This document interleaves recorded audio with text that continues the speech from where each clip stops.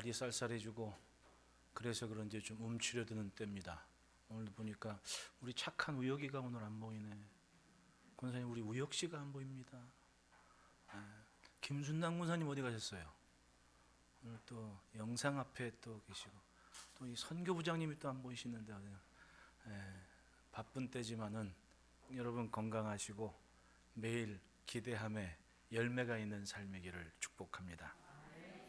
우리는 하나님의 사랑을 받은 자녀입니다. 사랑을 받고 있고 하나님의 사랑이 지금 우리의 삶이 고스란히 그 위에 있다는 것을 우리는 믿고 살아야 됩니다. 신앙생활 하면서 우리의 건강한 신앙을 지키는데 꼭 필요한 것이 성경에서 의미하는 것이 교리적으로 차근차근 우리의 생각과 마음에 채워지는 것이 중요합니다. 믿음 하나만 딱 가지고 있지만은 그 믿음을 구체적으로 설명하고 이해하는 것, 구원에 대한 확실한 체계적인 그런 뼈대를 갖는 것, 그게 바로 그 역할을 교리가 하고 있죠. 교리에 대한 분명한 이해가 없으면 이단들은 쉽게 와서 우리의 생각과 마음을 뺏어갑니다. 당신 그렇게 해서 천국 가겠어? 그러면 가고 있는데 갈지 안 갈지 모를 것 같아. 이런 마음이 든 이유가 교리적인 이해가 부족하기 때문에 그렇습니다.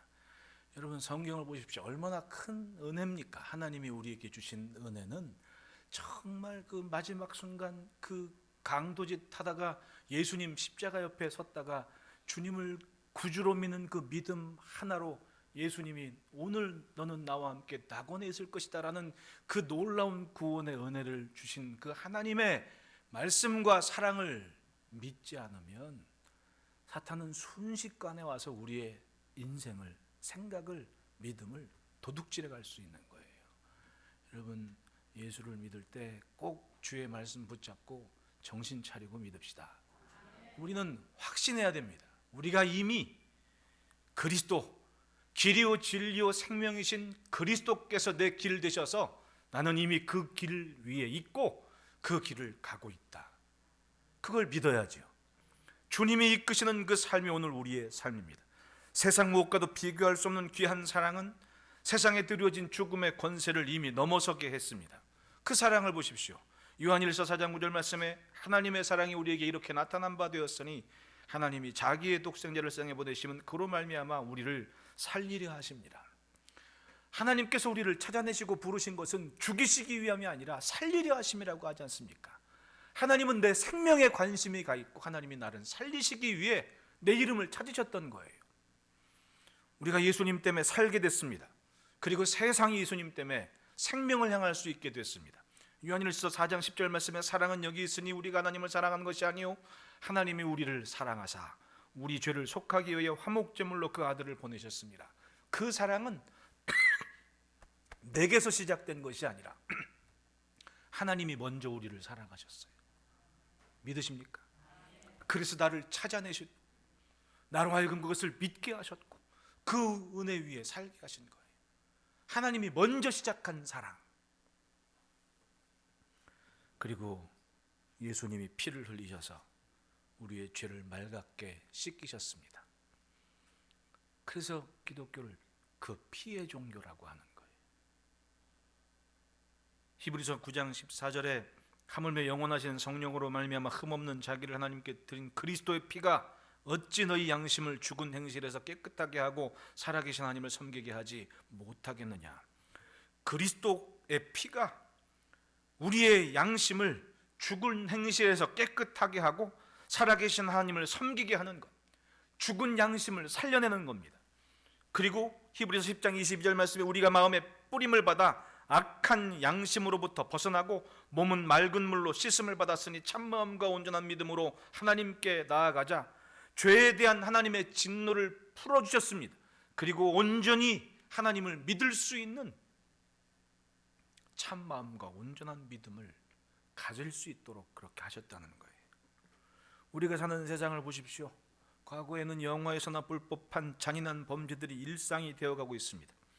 요즘은 사회적으로 격리가 필요한 그 범죄인들을 법적인 절차를 거쳐서 아예 이제 얼굴을 공개를 하죠. 여러분, 그 공개된 그런 사람들 한번 모습을 한번 보십시오. 뭐 흉악한 범죄자라고 이마에 나 죄인 이렇게 쓰고 다닙니까? 나 강도 이렇게 안 쓰고 다녀요. 예? 그 전 남편 살해하고 뭐 사체 유기, 뭐 사체 훼손 이런 것 때문에 무기징역인지 뭐 받은 그 여인 보십시오. 30대 후반의 여인인데 동네 아줌마하고 똑같잖아요. 그 여인 체포될 경찰들이 찾아갔을 때 왜요? 무슨 일이? 정말 순전한 동네 아주머니처럼 그렇게 말하잖아요. 어디 강도처럼 살인자처럼 보입니까? 아니에요. 근데 아주 태연하게 필요한 것 사고 그래요. 의붓 아들도 죽였다는데 뭐 그건 무죄라고 해요. 모르겠습니다. 사고 어쨌든 사람 죽인 사람인데 멀쩡해요. 전주 부산에서 여인 둘 죽인 그래서 무기징역 받은 사람 보십시오. 예? 그냥 동네 총각이에요. 얼굴 보면 뭐 강도라고 특별하게 강도라고 써있죠. 그러고 생각해 보니까 나쁜 사람일수록 안 나빠 보이는 거 아니에요? 아닌가? 멀쩡해 보여요. 근데 강도고 살인이고 세상 참 무서워요. 국립과학수사연구소에서 오래 몸담고 있는 연구원한테 한 연예인이 질문을 했어요. 무섭지 않으세요? 왜냐하면 그분들이 하루에 부검을 10건 한대. 10건 4건 정도는 오전에 끝나버린대. 그러면 사건 사고 때문에 돌아가신 분들이 하루에 10건 이상씩 계속 있다는 거 아니에요? 그게 얼마나 또 무섭겠어요. 그분들에 묻었어요. 매일 그렇게 시체 만지시는 일을 하는데 안 무서우세요? 그랬더니 그 연구원 하는 얘기가 산 사람이 더 무서워요. 죽은 사람은 안 무서워요. 산 사람이 더 무서워요. 가만히 보니까 참 어이없이 사람이 죽는데, 애들 강화유리 위에 뛰어놀다가 그냥 죽는데, 유리가 깨져가지고 한순간이잖아요. 사람 혈관 하나 잘못 중요한 거 터지면 그냥 죽는 거 아니에요. 어찌어찌 하다가.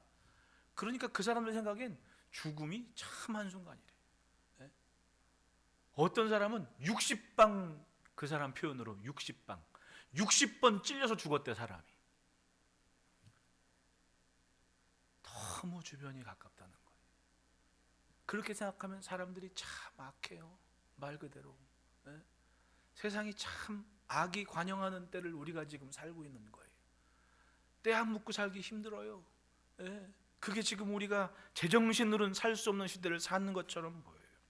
지극히 평범한 사람도 죄에 대해 전문가가 될 수 있는 그런 시대가 되어버렸습니다. 왜? 이미 세상은 죽음과 친해진 세상이 되어버렸습니다.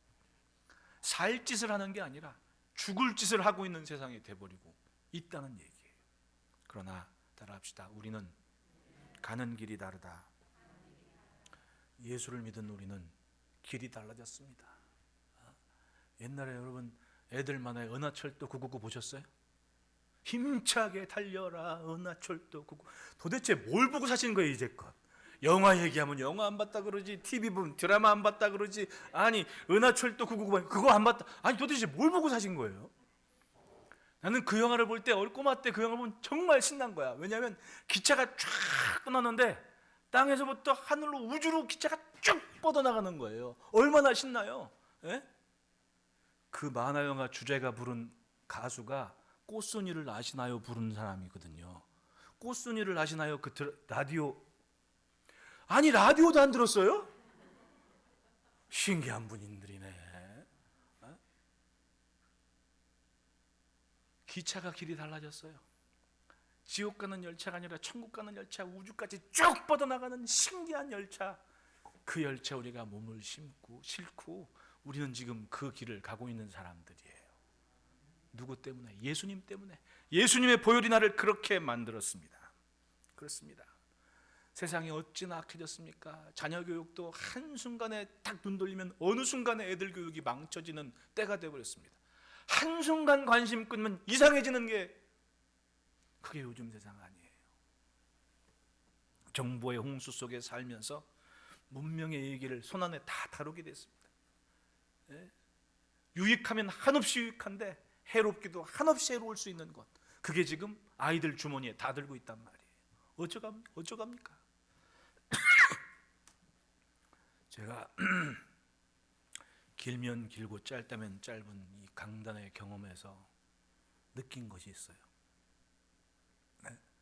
제가 87년 6월부터 전도사 생활을 했다가 91년 6월부터 한 교회에 계속 몸담고 있는 겁니다. 저도 어지간한 사람이에요. 그런 저를 보고 계신 여러분들도 어지간한, 최소한 여러분들도 저를 아무리 짧게 보신 분들도 10년 이상은 다 본 거야. 그죠? 그렇잖아요. 저를 제일 조금 본 분들도 10년은 봤어. 강산이 변하는 세월을 우리는 지금 같이 지내고 있단 말이죠. 여러분들은 저 하나를 보고 있지만은 저는 앉아 계신 여러분들을 계속 바라보면서 그렇게 10년, 20년, 30년 지났습니다. 느끼는 것이 있어요. 그래도 하나님께 속한 것을 존중하는 가정들은 자녀들이 참 잘 돼요. 그걸 봐요. 이 가정이라는 것이 그냥 떼뚝 혼자만 사는 게 아니지 않습니까? 관계가 있어요. 가까이에는 부모 자식 간의 관계가 있고, 친구 간의 관계가 있고, 직장에서의 관계가 있고, 사업에서의 관계가 있고. 그런데 그 모든 것들이 물론 어려움이 없을 수는 없죠. 복잡한 일이 왜 없습니까? 있습니다. 세상 사는 게 쉬워요? 어려워요. 힘겹습니다. 아침에도 얘기했지만은 갈수록 아무리 잘 사는 것처럼 보여도 불행한 때가 돼버렸습니다. 예? 저랑 비슷한 나이의 연예인이 어떤 양반 만나서 자기도 모르게 상담을 하게 됐는데 자기는 괴롭대.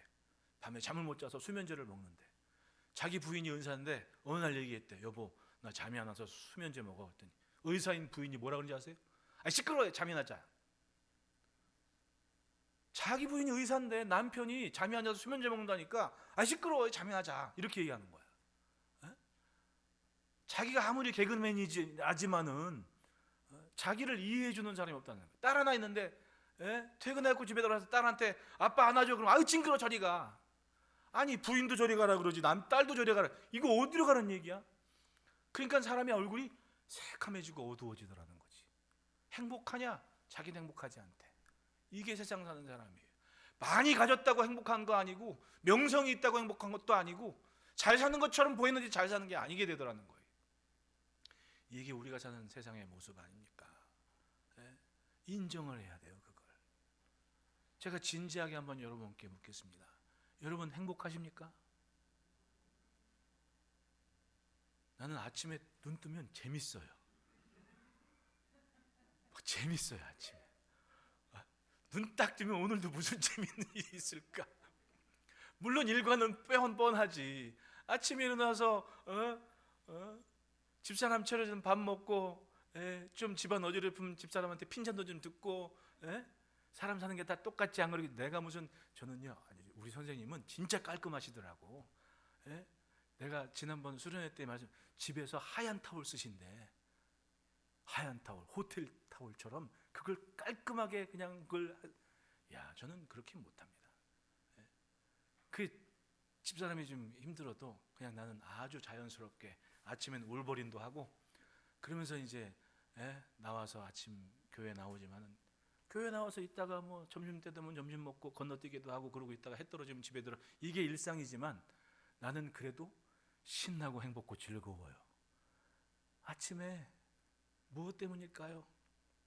예수님이 내 인생에 없었으면 지옥이었겠지. 불행했겠지요. 타령을 하면 한두 끝도 없이 타령할 수 있는 게 저예요, 여러분.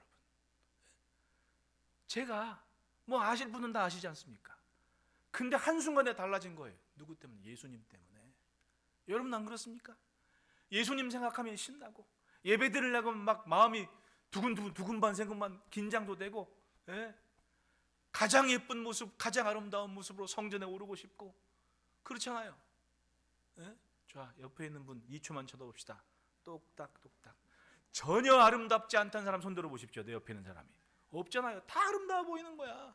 예수님 때문에. 시온이 손 들 뻔했어. 그지? 참 세상은 갈수록 힘겹고 어려운 때를 삽니다. 많은 것을 누리는 것 같지만은 사람들이 얘기해요. 살아도 산 것이 아닌 것 같다. 우리는 그런 세상에서 건진받아서 참 마음과 온전한 믿음으로 주를 향할 수 있는 길에 주님이 세워주신 거예요. 그 길을 지켜가시기를 축원합니다. 그 길에 서 있다는 것을 스스로가 인식하고 믿어야 돼요. 그 믿음이 없으면 한순간에 마치 길가에 뿌려진 씨앗을 새가 와서 딱 쪼아 먹듯 마귀는 우리의 마음에 구원의 확신과 감사와 기쁨을 빼앗아가 버린다는 거예요. 천국을 가고 있는데 지옥처럼 사는 게 과연 천국에 맞는 삶이냐고요. 부르신 것에 합당한 삶을 지켜냅시다. 그래서 20절 보십시오. 그 길은 우리를 위하여 휘장 가운데로 열어놓으신 새로운 살 길의 휘장은 그의 육체니라. 우리는 그 길에 선 인생으로 그 길에 있는 기쁨과 감사를 전하고 흘려야 되는 거예요. 그래서 따라합시다. 새로운 살 길이 있다. 20절 말씀에 새로운 살 길이요라는 구절이 있습니다. 새로운 살 길, 그것은 우리가 이미 죽음에서 생명으로 옮겨졌다는 거예요. 예수 믿은 순간 우리는 생명의 길에 이미 서 있습니다. 믿으십니까? 주의 보혈은 굳어진 양심에 새살이 돋게 합니다. 세상이 악해지는 것은, 그리고 죄가 많아지는 것은 다른 게 아닙니다. 인간의 삶을 위해 지켜야 될, 간직해야 될 양심, 최후의 보루인 그 양심마저 망가지기 때문에 그러는 거예요. 최소한의 양심마저 무너지고 있기 때문에 세상이 갈수록 악해지는 거예요. 보십시오. 동물, 짐승은 양심이 없어요. 에? 얼룩말 잡아먹고 있는 사자한테 찾아가 가지고는 너는 어쩜 그렇게 양심이 없냐? 이렇게 말하는 사람 누가 있어요? 짐승은 양심이 없어요. 사람들이 착각을 해요. 짐승이 굉장히 양심이 있는 거로 오해를 하는데, 맑게 알아들은 동물도 다 지살궁리 하는 거지. 여러분, 짐승은요 양심이 없어요. 제가 언제 알았냐 하면, 제가 꼬마 때, 제 혹시 아직 그 그림 아니에요? 이거 아니에요? 제가 꼬마 때, 저희 이모님 댁 옆집 아주머니가 개가 아주 까만색 예쁜 개를, 아주 귀여워요. 개가 아주 좋아했어요. 저도 강아지 아주 좋아했는데, 아이고 강아지 때문에 엄마가 뭐 이게 과자를 사줘가지고 그 강아지 주려고 과자를 막 가져가서 개 밥그릇에 과자를 놓았단 말이지. 그럼 그거 내가 준 과자잖아요. 그 과자를 막 걔가 먹어요. 강아지가 막 알아듣는 거. 난 너무 신나가지고 그 녀석 참 이쁘다. 그리고 그 먹는 강아지를 딱 쓰다듬 먹거든요. 이놈이 내 무릎을 딱 묻어버리네. 그래가지고 걔한테 물려갔습니다. 근데 얼마나 모질게 물렸는지 살점이 떨어졌어요. 지금도 흉태가 있어. 그러니까는 아주머니가 놀래가지고 들기름인지 참기름인지, 그리고 개 꼬랑지를 딱 잘라가지고는 기름에 막 발라가지고, 그게 맞나 몰라요. 그게 치료가 되는지. 하여튼 그땐 그랬어요. 그 뒤로 알았습니다. 아, 강아지는 개구나. 얘는 양심도 없고, 먹을 것 주는 주인도 물고. 근데 어른들이 그러더라고. 먹이 주는 주인은 물지 않는다고. 근데 물던데? 양심이 없는 거예요. 애들이 동물원 가서 착각을 해요. 북극곰이니 호랑이 자기들한테 엄청 친한 줄 알아. 왜? 곰돌이 푸 때문에. 콜라병 들고 춤추는 북극곰 때문에 북극곰이 얼마나 쓰느냐. 저게 본체예요. 저게 동물, 북극곰의 실체라고. 북극곰이 하얗기는 하겠지.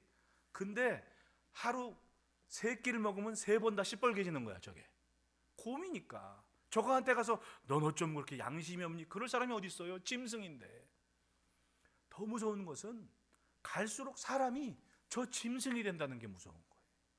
양심이 없어져요. 요즘은 곰에 대한 환상이 깨지는 이야기도 나왔습니다.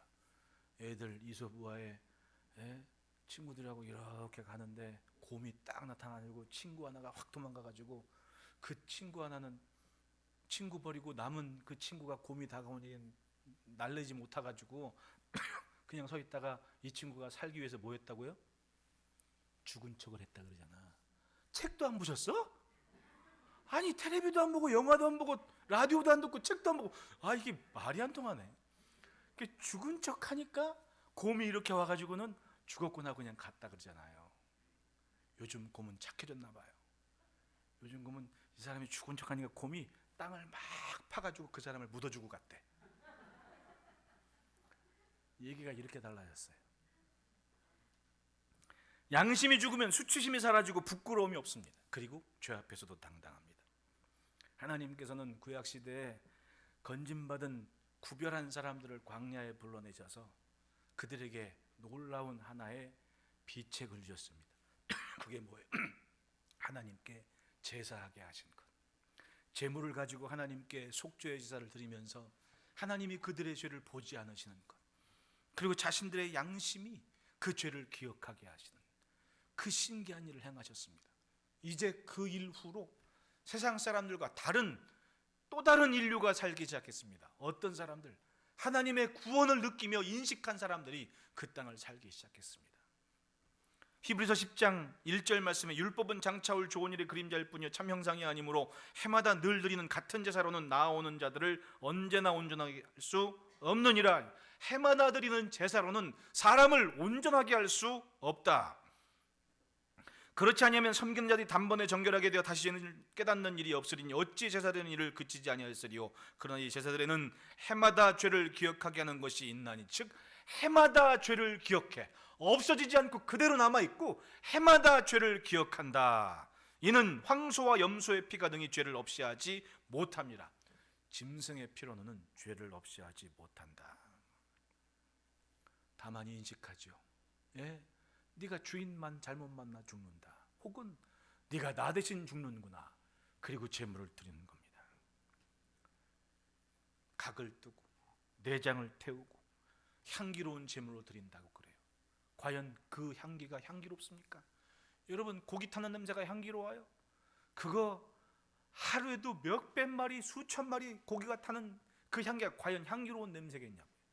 게다가 피비린내, 여러분이 어릴 적에 푸줏간 가면 비릿한 냄새 나지 않습니까? 푸줏간도 안 가셨어요? 그런 피냄새, 고기 타는 냄새가 뭐가 향기로운 냄새예요? 재물을 가져온 사람들은 기억합니다. 아, 이렇구나. 그리고 자기의 죄를 깨닫는 거예요. 이게 나구나. 그리고 한 해를 살아요. 아버지 감사합니다. 그때 죄는 사라지지 않았습니다.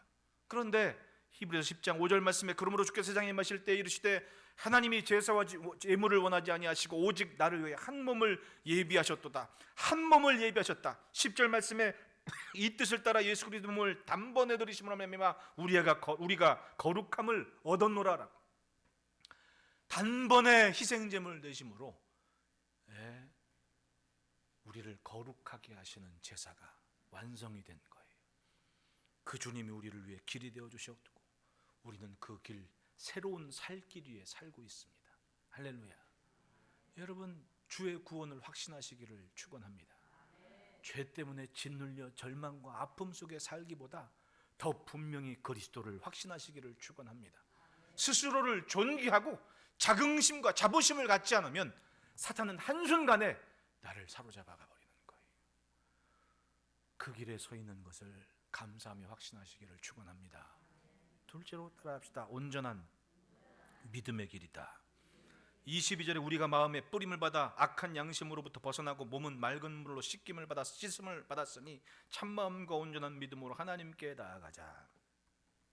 예수님의 피가 우리의 양심에 떨어지면 우리는 살아납니다. 두려움에 갇혀 살던 인생이 아버지의 사랑을 비로소 느끼게 됩니다. 따라합시다. 피가 생명이다. 주의 보혈이 날 살린 거예요. 죽음의 행실에서 멀어질 수 있는 생각과 마음, 참 마음과 온전한 믿음을 갖게 했습니다. 피가 생명이 된 거예요. 어릴 적에 막 옛날에도 상비약이 없고 뭐 이런 때 보면은 산골짜기 사는 사람들은 막 사람들 막 넘어가고 막 그러면 뭐 했습니까? 전설의 고향에서 많이 나왔어. 딱 해가지고 피를, 전설의 고향도 안 보셨어? 딱 해갖고 입술에다가 피를 이렇게 먹이. 저 고성의 왕곡마을 가면 양평 살던 양근 함씨가 거기 가가지고 살면서 일가 불악을 이루고 사는 사람이 있는데 그 입구에 저 양근 함씨 4세 효자각이라고 저기 있어요. 저희 가면 4대에 걸친 사람들의 이름이 이렇게 있는데 그 집이 효자 집안이었대. 1820년에 함성욱 씨가 자기 아버지가 병환으로 시래시래 앓다가 돌아가실 법하니까, 돌아가실 것처럼 이렇게 보이니까 손가락을 탁 깨물어 뜯어가지고 아버지 입술에다 피를 이렇게 먹였대. 그래가지고 아버지가 7일을 더 살았대요. 근데 그 아들들, 자기 아버지 돌아가실 때 피 이렇게 먹인 거고 나중에 커가지고 그 함정옥 씨가 또 병 앓다가 이렇게 돌아가시려고 그러는데 아들들이 그걸 봤잖아요. 두 아들들이 손가락 또 깨물어가지고 아버지한테 피를 3일을 더 살았대. 나중에 그 두 아들들도 또 이렇게 하니까 그 아들 봤던 손주들이 그거 보고 또 아버지 돌아가실 때 해갖고 3일을 더 살았대. 여러분 이게 믿어져요? 사실이니까 저것까지 만들어놨겠지. 동네 사람들이 거짓말 하겠어 그것 갖고. 옛날에는 그게 여러분 근데 사람이 숨 넘어가는 사람을 7일 더 살았다. 늘 있는 사람들은 몰라. 그런데 죽음의 문턱 앞에서 사람이 7일 더 대화를 하고 호흡을 느낄 수 있는 게 얼마나 큰 은혜 같아요, 여러분. 피를 먹여서 그걸 해냈다는 거 아니에요. 그래서 옛날 어른들이 그래서 그런 얘기를 했구나. 이것저것 약 없으면 손가락 깨물어서 피 먹이라는 얘기가 그런 얘기구나. 우리 사는 관습에서도 그런 얘기들이 있었어요. 하물며 하나님의 아들이 오셔서 그 피를 흘리셨습니다. 내 양심에, 내 생명의 피뿌림이 나의 참 생명이 되고 온전한 믿음을 가질 수 있는 길을 열어주시는 거예요. 할렐루야. 주의 보혈이 심령의 젖음으로 내 자신의 죄가 미워지고 이전의 삶에 대해 정말 기막하면서 참마음을 갖고 하나님께서 일으켜 세우신 그 자리를 지켜내는 겁니다. 더 이상 두려움이 아니에요. 막연함이 아닙니다. 하나님이 내 아버지가 되신 걸 믿을 수 있게 됐습니다. 왜? 피 뿌리심이 나로 하여금 하나님을 바로 볼 수 있게 하는 거예요. 그게 참마음이고 온전한 믿음 아닙니까? 예전에 예수님 계실 때만 하더라도 에세네파 같은 사람들은 성경 이렇게 쓰잖아요. 그러면 야훼, 우리는 여호와 하나님 기도할 때도 잘 부르고 그러는데 이러고 저러고 하지만 예수님이 뭐라 그래요? 아버지 하나님이 최고예요. 아버지 하나님. 예수님도 기도하라고 가르쳐 주셨잖아요. 하늘에 계신 우리 아버지요. 아버지 하나님이 제일인 거예요. 아버지 하나님이. 그 한마디면 다 돼. 전능하신 구원은 이거 찾을 것도 없어. 그냥 아버지 하나님은 다 돼. 아버지. 그런데 그전에는 함부로 그렇게 못 불렀어요. 그게 충격이야. 그 시대에 예수님 오셨을 때. 왜? 자기들은 야훼라는 글자가 나오면 붓 쓰던 거 세붓 잡아야 돼. 빨아서 쓰든 없으면 세붓을 해야 돼. 자기는 목욕탕 가서 씻고 나와서 그거 써야 된단 말이에요. 부르지도 못했습니다. 아도나이라고 했어요. 왜? 여호와의 이름을 망령 때 일컫지 말라 그러는 것 때문에 문자 그대로 함부로 부르지도 못했단 말이에요. 근데 우리는 아버지, 마음 아파도 와서 아버지 하면 나도 모르게 아버지 품에서 눈물 툭툭 흘리면서 하나님의 사랑, 내가 받는 거 느낄 수가 있고, 불끈불끈 화나다가도 아버지 생각하면 아버지, 그럼 또 내 마음이 녹아지고, 기뻐 신날 때도 아버지, 그러면 함께 즐거워하는 것 같고, 하나님이 내 아버지가 되어 살지 않습니까? 얼마나 신나요. 예전에 저 학교 다닐 때 구약 선생님이나 우리한테 그랬습니다. 당신들 옛날 같으면 다 죽었다고. 어디 하나님을 함부로 부르고 화장실에서 주여 찾고 있냐고. 지금은 화장실에서 응 안 나올 때 애들도 주여 그리고 똥 넣어. 야, 어디 경건하지 않게 옛날엔 죽었대. 근데 그게 사실인 거야. 그런데 지금은 거룩한 주의 보혈이 우리를 살리셔서 하나님이 내 아버지가 되신 거예요. 네? 아버지하고 나 사이에 숨길 게 뭐가 있고 창피한 게 뭐가 있고 부끄러울 게 뭐가 있냐는 거예요. 있는 모습 그대로 아버지, 그러면 하나님은 싫다 아니하시고 자녀를 품듯이 나를 품어주시는 거 아닙니까? 할렐루야. 그게 온전한 믿음인 거예요. 두려움과 절망이 순식간에 바뀌어서 참 구원과 참 기쁨 속에 삽니다. 그 사랑을 믿을 때 나는 하나님을 바로 봅니다. 사랑을 알기에 눈물을 흘리며 주님을 찾습니다. 눈에 흐르는 눈물이 아니라 가슴에 흐르는 눈물로 주님을 사랑하는 마음으로 삽니다. 왜? 온전한 믿음이 있어서 그래요. 보십시오. 구멍난 손, 허리, 창, 아마도 그럴 거 아닙니까? 내가 하나님 앞에 설 때 지금도 여전히 날 위해 피 흘리시고 하나님 우편에 앉아 계신 주님은 미처 내가 준비 없이 천국 갔다 할지라도 하나님 앞에서는 나를 위해 예수님은 아버지 하나님께 얘기합니까? 하나님이 못내 화내실 때 예수님은 손 모이시며 아버지, 아버지, 이거 얘 때문에 그랬다고 그리 주실 거 아니냐고. 죄가 믿고 절망스러운 인생에게 분노하신 하나님도 예수님이 옆에서 아버지, 이 허리에 있는 구멍, 아버지, 이 손바닥에 있는 구멍, 얘 때문에 그랬다니까요. 그러면 하나님이 그것 보시고 용서하시고 참아주시면서 나를 천국으로 인도해 줄 거 아니냐고. 그것이 아버지의 사랑이고 그렇게 믿는 것이 온전한 믿음이라는 거예요. 여러분, 그 믿음을 지킵시다. 그것이 그 길에 선 우리의 마땅한 믿음의 본분인 거예요. 그래서 셋째 따라 합시다. 절망의 땅에 유일한 소망이다. 23절에 또 약속하시는 믿으신 우리가 믿는 도리의 소망을 움직이지 말고 굳게 잡고 라고. 히브리서가 쓰여진 그런 배경에 이 독자가 되는 사람들은 누구냐 하면 당시에 예수 믿는 것에 대한 박해와 많았고 핍박이 많았고 어려움이 많았습니다.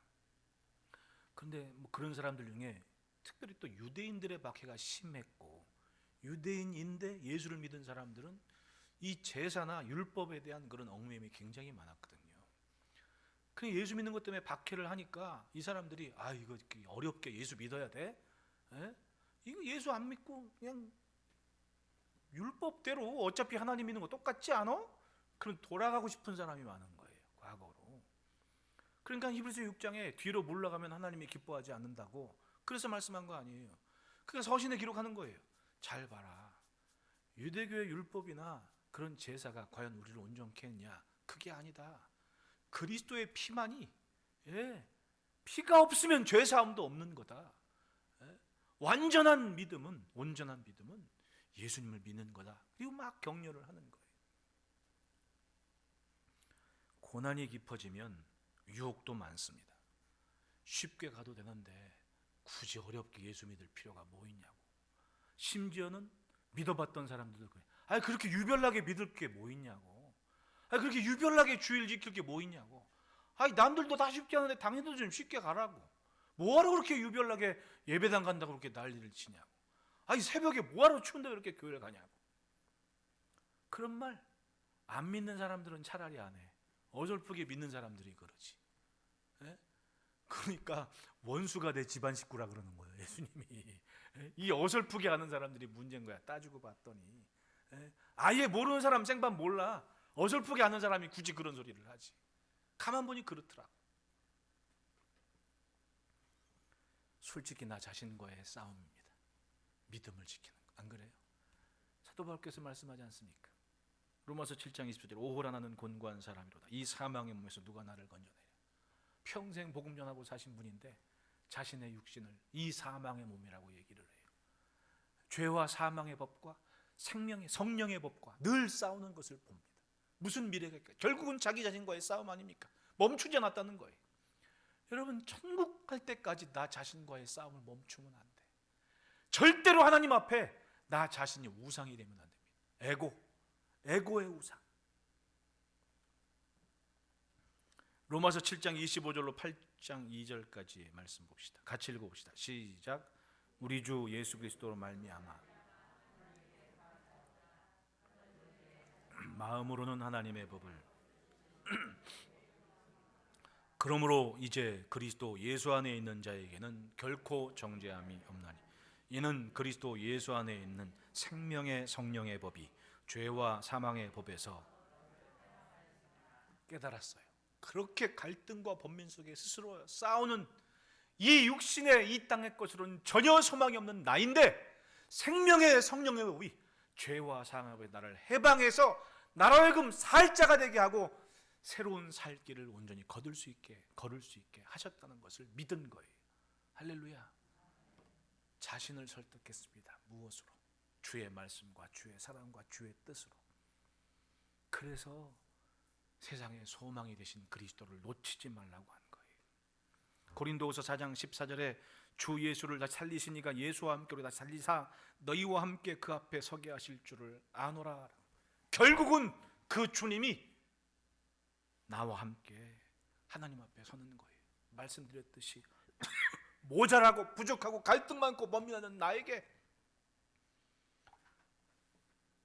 창에 찔린 허리 보이시면서 구멍난 손 보이시면서 아버지 얘 때문에 내가 이거 했잖아요. 그렇게 나를 보호하시고 사랑하시고 증언해 주실 주님이 계시다는 것. 예수님은 절망의 세상에 소망이 되셨습니다. 히브리서 3장 6절 말씀 보십시오. 그리스도는 하나님의 집을 맡은 아들로서 그와 같이 하셨으니 우리가 소망의 확신과 자랑을 끝까지 굳게 잡고 있으면 우리는 그의 집이라. 이 구절을 쉽게 이해되게 번역된 구절을 한번 읽어봅시다. 시작. 그러나 그리스도는 하늘로서 하나님의 집안 사람을 성실하게 돌보셨습니다.